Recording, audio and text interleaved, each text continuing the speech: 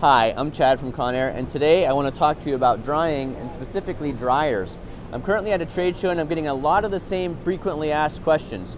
So I thought I'd go ahead and put a video together answering some of those FAQs about drying and dryer technology. One of the questions I'm hearing quite a bit is, where do you put the desiccant? Where are the tanks? Desiccant tanks are actually technology that Conair moved away from quite a while ago. For over a decade, we've been using a carousel wheel that rotates around constantly as the dryer is working. Now there are sections on this wheel. There's a regeneration section, a drying section, and a cooling section, and that wheel will last you for years to come. There are ways to clean the wheel if necessary, but we have a lot of processors who have never needed to clean the wheel and have been using the wheel for more than a decade. As you can imagine, not having to buy replacement desiccant and refill those tanks is a huge advantage to the desiccant wheel in Conair's dryer. Another question I get pretty frequently is, how do I know what size dryer I need? My advice is always the same here. Your sales representative or the experts at Conair can help you size the dryer and hopper properly for your application. Sizing is important. You want to make sure you're getting the dryer that has the capabilities you need and the hopper that has the right amount of residence time for that material before you process it.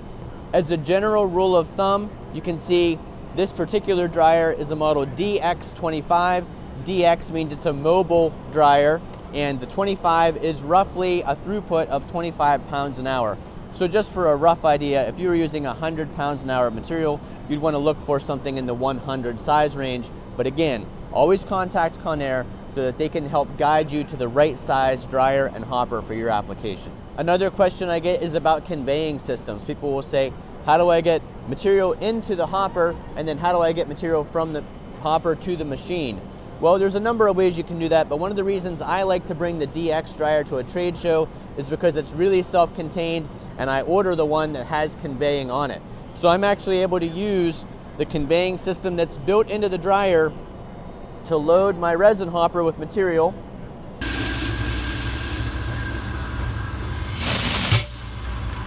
and to then convey that material once it's dried from the bottom of the hopper to the throat of the machine that we're running.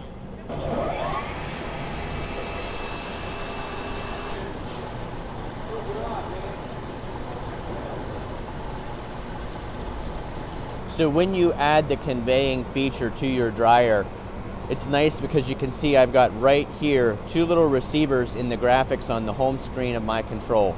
You can see that machine loader is currently turned on. Drying hopper is currently grayed out. My drying hopper is full, so I don't need to load it right now. That's why that loader or receiver is turned off. But I do need to send material to the throat of the extruder that we're running today, so the machine loader is turned on, and I'll show you what happens when that kicks on.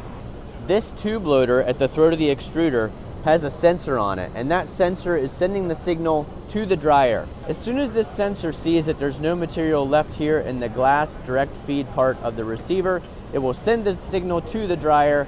The dryer will turn conveying back on and will refill this receiver. Another question I've been hearing a lot is, what if I don't need all this resin in one particular day? How do I keep it from overheating? How do I only fill it partially?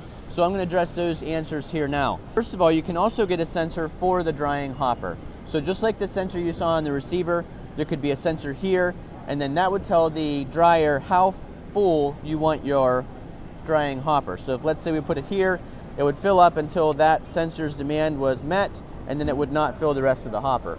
But there is a point where you've got too low material in the hopper. So if you were only to fill up clear to the bottom here, you may get some percolating with the material when the air is blowing through drying the material. So there is a maximum and minimum amount on the drying hopper. Always check with your Conair expert to make sure you're using the drying hopper properly. And again, that goes back to that sizing. But we do understand that sometimes in some applications you may need the hopper at its capacity, and some applications you're just running for a little bit, you may not need it all. That's why we have that sensor in there.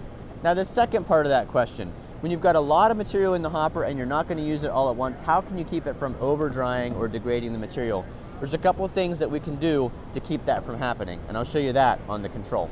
Conair's new DCB control system has a lot of built-in technology, and some of this technology has existed even in previous controls, but some of it's brand new.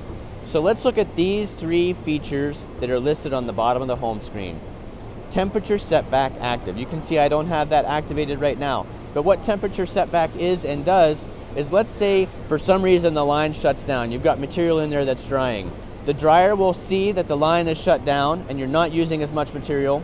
It will set back that temperature. It will reduce the temperature that you're drying at so that you're not overcooking the material or causing degradation. That's a built-in feature of this dryer that can be turned on and off. Another feature, dew point control. Let's say you're drying nylon and we know how moisture sensitive it is and we know how possible it is to over dry nylon.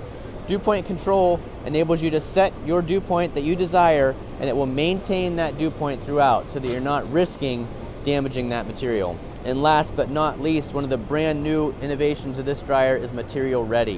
What material ready does is you program in the temperature you need your material to be at and for how long, and the material will sit in the dryer drying the appropriate amount of time. There you can just see, what great timing, you can just see material ready. That means that my material has been in the hopper long enough and warm enough and it's ready to convey now. So that's a great feature. You can enable that so that you don't convey material to the molding machine or the extruder before it's properly dried. That's called material ready. Another question I've been getting a lot is about maintenance on the dryer. Hey, we all get busy and it's hard to keep track of what needs done when. The dryer can actually help you with that with controls that are on the panel. You can see right here on the control there is a maintenance schedule, and you can set timing intervals in here and enable notifications. So you can see that at 4,320 hours I need to check that regeneration heater, and we have only run it for 34 hours so far. You can also see that at 168 hours I want to remind myself to check the regeneration filter. We run it for 34 hours. So once we reach that 168 hours, it will send me a notification letting me know it's time to check that filter.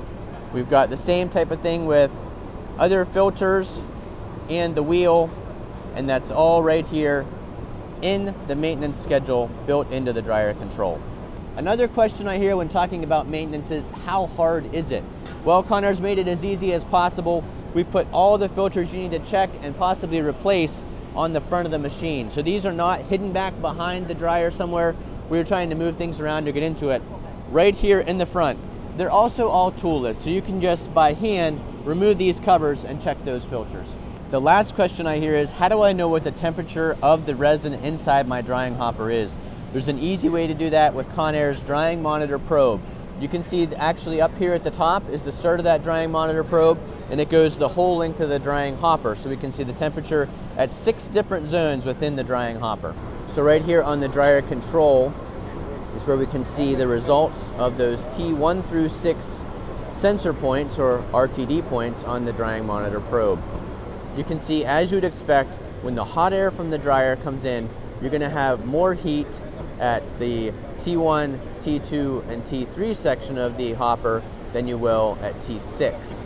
That's why you want to make sure, back with our material ready, that the material that's at the bottom of the hopper that's coming out first has dried at the right temperature for the right time. So those are the most frequently asked questions I've heard over the last several days at this trade show. Hopefully this video answered some questions you had. If not, you can always reach out to us. You can email us at info@conairgroup.com. You can visit us at the Conair website at www.conairgroup.com. Or you can check out the rest of our YouTube channel. There are several videos specifically about the DCB dryer control, about our dryers, and about the drying process. Thanks for watching.